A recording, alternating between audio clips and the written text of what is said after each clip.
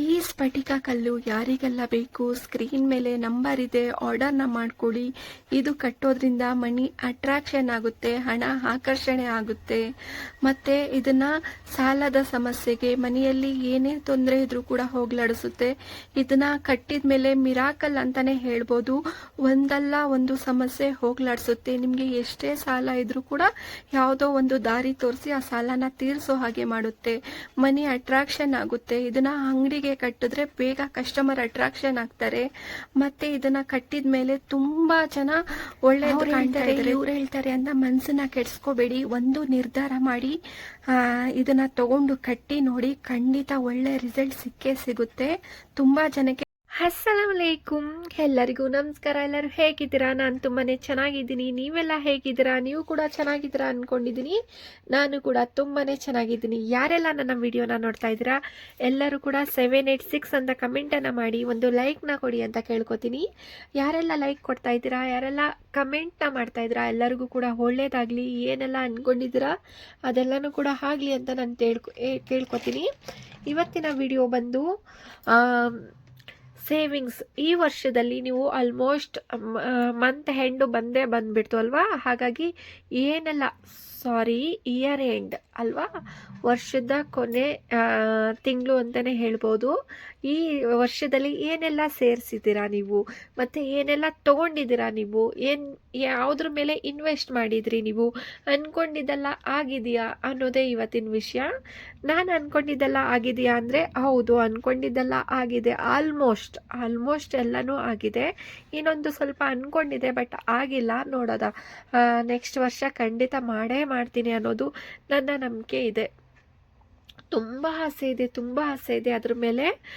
ನೋಡೋದ ನೆಕ್ಸ್ಟ್ ವರ್ಷ ಆದರೆ ಖಂಡಿತ ನಿಮ್ಮ ಜೊತೆ ಶೇರ್ ಮಾಡ್ಕೋತೀನಿ. ನಾನು ಈ ವರ್ಷದಲ್ಲೇ ನಾನು ಏನೆಲ್ಲ ಸೇವಿಂಗ್ಸ್ ಮಾಡಿದೆ, ಏನೆಲ್ಲ ತೊಗೊಂಡೆ ಅನ್ನೋದು ಕೂಡ ಆಲ್ಮೋಸ್ಟ್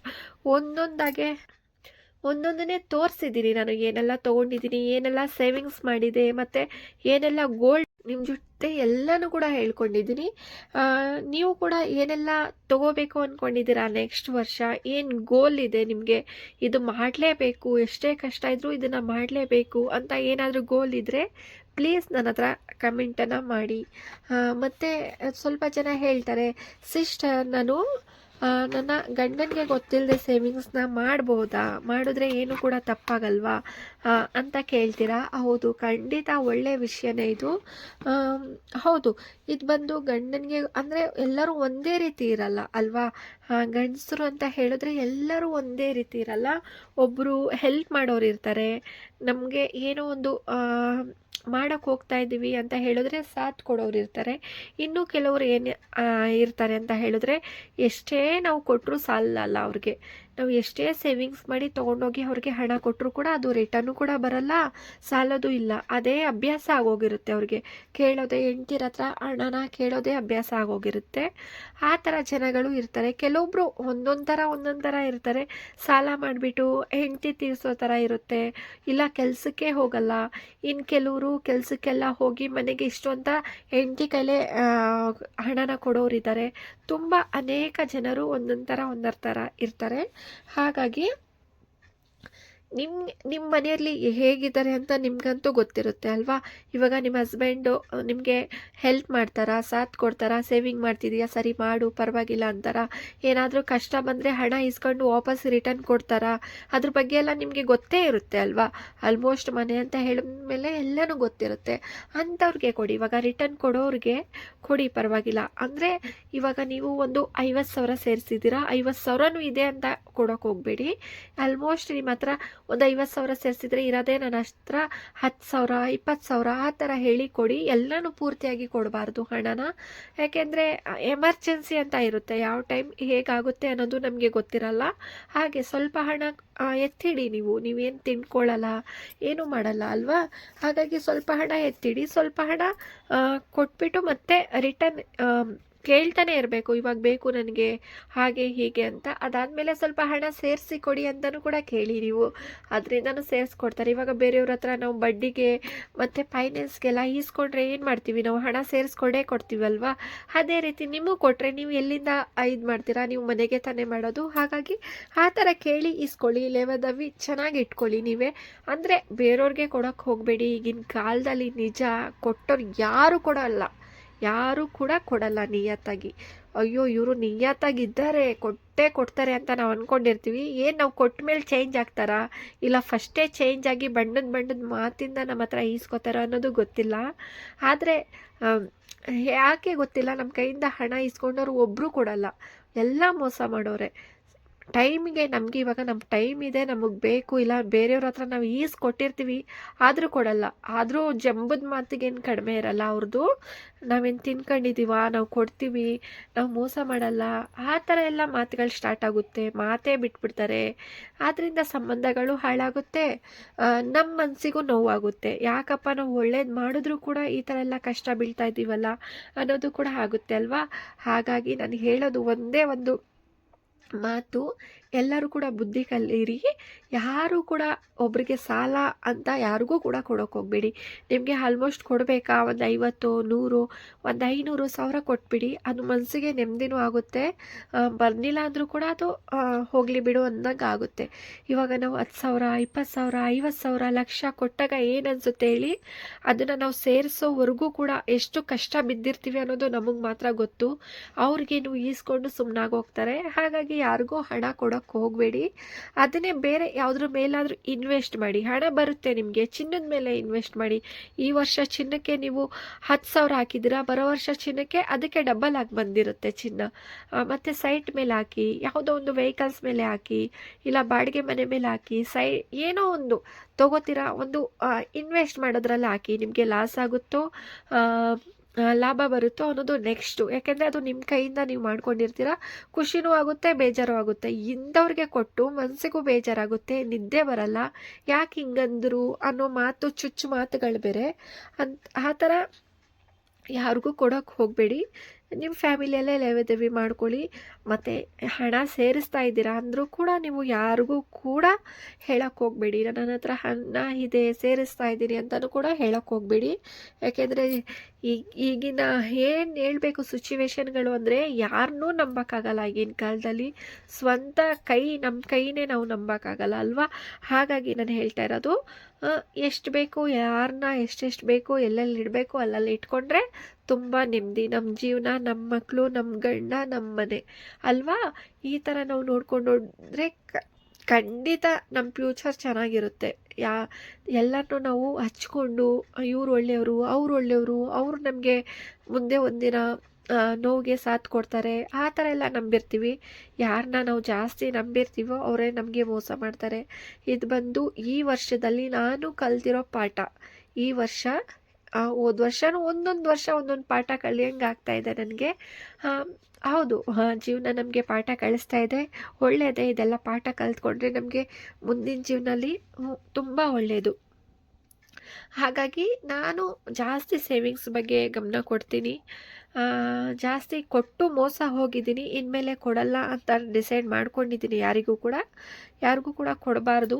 ನನ್ನ ಕೈಲಿ ಜಾಸ್ತಿ ಇಟ್ಕೊಳ್ಳೋದೇ ಇಲ್ಲ ನಾನು. ಇವಾಗ ನನ್ನ ಹತ್ರ ಒಂದು 20,000, 30,000 ಆಯಿತಾ, ಅದನ್ನು ತೊಗೊಂಡೋಗಿ ಏನೋ ಒಂದು ಒಡವೆ ತಂದಿರ್ತೀನಿ, ಇಲ್ಲಾಂದರೆ ಚೀಟಿ ನಾನು ಹಾಕ್ಕೊಂಡಿದ್ದೀನಿ, ಚೀಟಿಗೂ ಕೂಡ ಹಣ ಕಟ್ಟಬೇಕಾಗುತ್ತೆ. ಹಾಗಾಗಿ ನನಗೆ ಕಮಿಟ್ಮೆಂಟ್ಗಳು ಜಾಸ್ತಿ ಇದ್ದಾಗ ಯಾರಿಗೂ ಕೂಡ ನನ್ನ ಹತ್ರ ಹಣ ಕೊಡಬೇಕು ಅಂತ ಅನಿಸಲ್ಲ. ಯಾಕೆಂದರೆ ಫಸ್ಟೆಲ್ಲ ನಮಗೆ ಕೇಳಿದ ತಕ್ಷಣ ಅಯ್ಯೋ ನನ್ನ ಹತ್ರ ಹಣ ಇದೆಯಲ್ಲ, ಕಷ್ಟಕ್ಕಾಗದೇ ಇರೋದು ನಮ್ಗೆ ಯಾಕೆ ಕೊಡೋದ ಪಾಪ ಅನಿಸ್ತಾ ಇತ್ತು.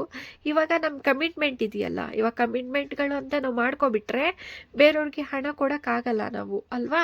ಹಾಗಾಗಿ ಈ ಥರ ಕಮಿಟ್ಮೆಂಟ್ಗಳು ನೀವು ಕೂಡ ಮಾಡ್ಕೊಳ್ಳಿ. ಒಂದು ಚೀಟಿ ಹಾಕ್ಕೊಳ್ಳಿ ಚಿಕ್ಕದಾಗಿ, ತಿಂಗಳಿಗೆ ಒಂದು 25,000 ಚೀಟಿ ಹಾಕ್ಕೊಳ್ಳಿ. ನಿಮ್ಮ ಹತ್ರ ಹಣ ಇಲ್ಲ ಅಂದರೆ ಒಂದು 2,500 ಕಟ್ಟೋ ಹಾಗಿರುತ್ತೆ. 50,000 ಚೀಟಿ ಹಾಕಿದ್ರೆ ಒಂದು 5,000 ಕಟ್ಟೋ ಹಾಗಿರುತ್ತೆ. ಆ ಥರ ಚಿಕ್ಕ ಪುಟ್ಟ ಚೀಟಿಗಳನ್ನು ಹಾಕ್ಕೊಳ್ಳಿ. ಹೇಗೆ ನಿಮಗೆ 1.5 ವರ್ಷ ಆಗುತ್ತೆ ಅನ್ನೋದೇ ಗೊತ್ತಾಗಲ್ಲ, ಕೈ ತುಂಬ ಹಣ ಬರುತ್ತೆ ಅಲ್ವಾ. ಅದು ಬಂದಮೇಲೆ ಯಾವುದ್ರ ಮೇಲೆ ಇನ್ವೆಸ್ಟ್ ಮಾಡಿ, ನಿಮ್ಗೆ ಏನು ಬೇಕೋ ತೊಗೊಳ್ಳಿ, ಒಡವೆ ತೊಗೊಳ್ಳಿ, ಆ ಥರ ಮಾಡಿ. ಸುಮ್ಮನೆ ಜನಕ್ಕೆ ಕೊಟ್ಟು ನೋವು ತಿನ್ನೋಕ್ಕಿಂತ ಈ ಥರ ಮಾಡಿಕೊಂಡು ಜನಗಳ ಮುಂದೆನೇ ಖುಷಿಯಾಗಿ ಚೆನ್ನಾಗಿ ಧೈರ್ಯದಿಂದ ಇರ್ಬೋದು ಅಲ್ವಾ ಅವ್ರುಗಳಿಂದ. ಈ ಥರ ನಾನು ಕಲ್ತಿರೋ ಪಾಠ ನಾನು ನಿಮಗೆ ಹೇಳ್ಕೊಡ್ತಾ ಇದ್ದೀನಿ ಅಷ್ಟೇ.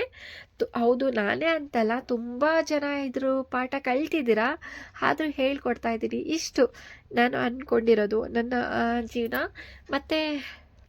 ಮತ್ತೆ ಏನಪ್ಪ ಅಂತ ಹೇಳಿದ್ರೆ, ಬರೋ ವರ್ಷಕ್ಕೆ ಏನು ಗೋಲ್ ಇದೆ ನನಗೆ ಅಂತ ಹೇಳಿದ್ರೆ, ನನಗೆ ಬಂದು ಸೈಟ್ ತೊಗೋಬೇಕು ಅನ್ನೋ ಗೋಲ್ ಇದೆ ನನಗೆ.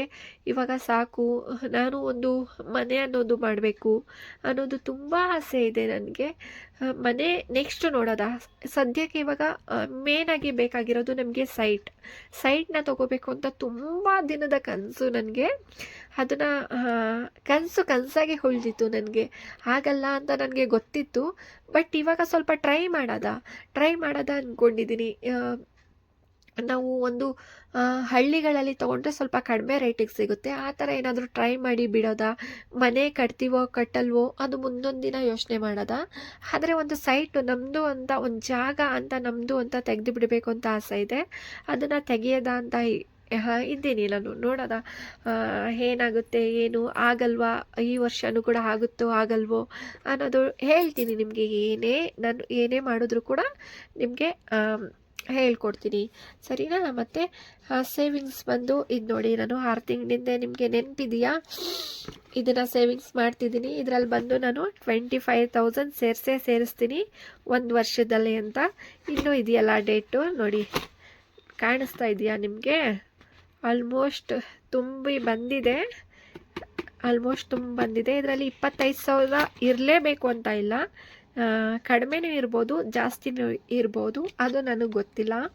ಬಟ್ ನನ್ನ ಗೋಲ್ನ ನಾನು ಬರ್ಕೊಂಡಿದ್ದೀನಿ, 25,000 ಬೇಕೇ ಬೇಕು. ಅದಾದಮೇಲೆ ಏನಿಕಪ್ಪ ಅಂತ ಹೇಳಿದ್ರೆ, ವರ್ಷಕ್ಕೆ ನನಗೋಸ್ಕರ ಅಂತ ಒಂದು ಏನಾದರೂ ಗಿಫ್ಟನ್ನ ತೊಗೊಳ್ಳೋದಾ, ಸೆಲ್ಫ್ ಗಿಫ್ಟ್ ಮಾಡ್ಕೊಳ್ಳೋದಾ, ಇಲ್ಲ ನನಗಾಗಿಲ್ಲ ಅಂದರೆ ನನ್ನ ಮಗಳಿಗಾದರೂ ಪರವಾಗಿಲ್ಲ, ನನ್ನ ಹಸ್ಬೆಂಡ್ಗಾದರೂ ಪರವಾಗಿಲ್ಲ, ಏನೋ ಒಂದು ತೊಗೊಳ್ಳೋದಾ ಅಂತ ನಾನು ಸೇವಿಂಗ್ಸ್ನ ಸ್ಟಾರ್ಟ್ ಮಾಡಿದ್ದು. ಇದು 100 ರೂಪೀಸ್ ಸೇವಿಂಗ್ಸ್ ಅಂತ ನಾನು ಮಾಡಿದೆ, ನೋಡೋದ. ಅದಾದಮೇಲೆ ಇದು ಕೂಡ ಕಂಪ್ಲೀಟ್ ಅಷ್ಟಾಗಿ ಮಾಡೋಕ್ಕಾಗಿಲ್ಲ, ನನಗೆ ಯಾವಾಗ ಸಿಗುತ್ತೆ ಅಷ್ಟೆಲ್ಲ ಮಾಡಿದ್ದೀನಿ. ಇದಂತೂ ಇನ್ನೂ ಜಾಸ್ತಿ ತುಂಬಿಲ್ಲ, ಸರಿನಾ, ಇನ್ನೂ ಜಾಸ್ತಿ ತುಂಬಿಲ್ಲ ಇದು. ನೋಡೋದ, ಈ ವರ್ಷ ಅಂತೂ ಓಪನ್ ಮಾಡಲ್ಲ, ಆರಾಮಾಗಿ ತುಂಬಲಿ, ಏನೂ ಕೂಡ ತೊಂದರೆ ಇಲ್ಲ. ಇದು ಬಂದು 1 ಲಕ್ಷದ್ದು ನೋಡಿ, 1 ಲಕ್ಷ ಸೇವಿಂಗ್ಸ್. ಇದು ಆಲ್ಮೋಸ್ಟ್ ಇಷ್ಟು ತುಂಬಿದೆ, ಸರಿನಾ. ನೋಡ್ತಾ ಇದ್ದೀರದ, ಇಲ್ಲೆಲ್ಲ ತುಂಬಿದೆ, ಇಷ್ಟು ತುಂಬಿದೆ, 1/4 ಭಾಗ ಅಂತ ಹೇಳ್ಬೋದು, ಇನ್ನೂ 3/4 ಭಾಗ ಇದೆ. ನೋಡೋದ, ಯಾವಾಗ ಆಗುತ್ತೆ ಆವಾಗ ಟ್ರೈ ಮಾಡೋದ. ಏನೋ ಒಂದು ಸೇವಿಂಗ್ಸ್ ಅಂತ 1 ವರ್ಷಕ್ಕೆ ಮಾಡಬೇಕು ಅಂತ ನಾನು ಅಂದ್ಕೊಂಡಿರ್ಲಿಲ್ಲ. ಇದನ್ನು ಮಾತ್ರ ಈ ವರ್ಷದಲ್ಲಿ ಮುಗಿಸ್ಬೇಕು ಅಂದ್ಕೊಂಡಿದ್ದೀನಿ. ಒಂದೊಂದಾಗಿ ಟ್ರೈ ಮಾಡಬೇಕು. ಇದು ಬಂದು ನನಗೆ ನಾನು ಕೆಲಸ ಮಾಡಿದ ಹಣನ ಇದಕ್ಕೆ ನಾನು ಹಾಕೋದು, ಹಾಗಾಗಿ ಜಾಸ್ತಿ ಸಿಗಲ್ಲ. ಯಾವಾಗಾದರೂ ಸಿಕ್ಕಿದಾಗ ಹಣನ ಹಾಕೋತೀನಿ. ಇದು ಬಂದು ಡೈಲಿ ಸೇವಿಂಗ್ಸ್ ಅಂತ. ಡೈಲಿ ಎಷ್ಟು ಸಿಗುತ್ತೆ, ನನ್ನ ಹಸ್ಬೆಂಡು ಪ್ಯಾಕೆಟ್ ಮನಿ ಏನಾದರೂ ಕೊಟ್ಟಾಗ ಆ ಥರ ಸೇವಿಂಗ್ಸ್ನ ಇದು ಮಾಡೋದು ನಾನು. ಗೊತ್ತಿದೆ, ನಿಮಗೆಲ್ಲರಿಗೂ ಗೊತ್ತಿದೆ. ಇದು ಬಂದು ಡೈಲಿ ಸೇವಿಂಗ್ಸ್ ಅಂತ, ಇದು ಬಂದು ಕಾಯಿನ್ ಸೇವಿಂಗ್ಸ್ಗಳು ಅಂತ. ಇದನ್ನು ಕೂಡ ನಾನು ಕನೆಕ್ಟ್ ಮಾಡ್ತಾಯಿದ್ದೀನಿ. ಕಾಯಿನ್ಸ್ಗಳು ಎಷ್ಟೇ ಸಿಕ್ಕಿದ್ರು ಕೂಡ ನಾನು ಸೇವಿಂಗ್ಸ್ನ ಸ್ಟಾರ್ಟ್ ಮಾಡ್ತೀನಿ. ಇದು ಬಂದು ಇವಾಗ ಒಂದು 4 ತಿಂಗಳಲ್ಲಿ ಓಪನ್ ಮಾಡಿದೆ, ತುಂಬಿಸಿದೆ, ತುಂಬಿಸ್ಬಿಟ್ಟು ಇದು 4,500 ಆಗಿತ್ತು ನನಗೆ. ಆ ಟೈಮಲ್ಲಿ ನಾನು ಓಪನ್ ಮಾಡಿ ಅದು ಕಾಯಿನ್ಸ್ ಎಲ್ಲ ಕೊಟ್ಟು ಅಮೌಂಟನ್ನು ತೊಗೊಂಡಿದ್ದೆ ನಾನು. ಆ ಥರ ಮಾಡಿದೆ, ಮತ್ತೆ ಸ್ಟಾರ್ಟ್ ಮಾಡಿದ್ದೀನಿ. ಇವಾಗ ಒಂದು 1/4 ಭಾಗ ಆಗಿದೆ, ನೋಡ್ತಾ ಇದ್ದೀರಲ್ಲ, 1/4 ಭಾಗ ಆಗಿದೆ. ಇನ್ನೂ 3/4 ಭಾಗ ಮಾಡಬೇಕು. ತುಂಬಲೇ ಆರಾಮಾಗಿ ಯಾವಾಗ ಸಿಗುತ್ತೆ ಆವಾಗೆಲ್ಲ ಮಾಡೋದ ಅಂದ್ಕೊಂಡಿದ್ದೀನಿ. ಇಷ್ಟು ಸೇವಿಂಗ್ಸ್ ಈ ವರ್ಷದ್ದು ನನ್ನ ಸೇವಿಂಗ್ಸ್ ಆಗಿತ್ತು. ನೋಡೋದ, ಮುಂದಿನ ವರ್ಷ ಚೇಂಜಸ್ ಮಾಡೋದ, ಏನೆಲ್ಲ ಚೇಂಜಸ್ ಮಾಡ್ತೀನಿ ಅನ್ನೋದು ಕೂಡ ನಿಮ್ಮ ಜೊತೆ ಶೇರ್ ಮಾಡ್ಕೋತೀನಿ. ಈ ವಿಡಿಯೋ ಇಷ್ಟ ಆದರೆ ಪ್ಲೀಸ್ ಎಲ್ಲರೂ ಕೂಡ ಲೈಕ್ ಮಾಡಿ, ಶೇರ್ ಮಾಡಿ, ಕಮೆಂಟ್ ಮಾಡಿ, ನನ್ನ ಚಾನಲ್ನ ಸಬ್ಸ್ಕ್ರೈಬ್ ಮಾಡ್ಕೊಳ್ಳಿ.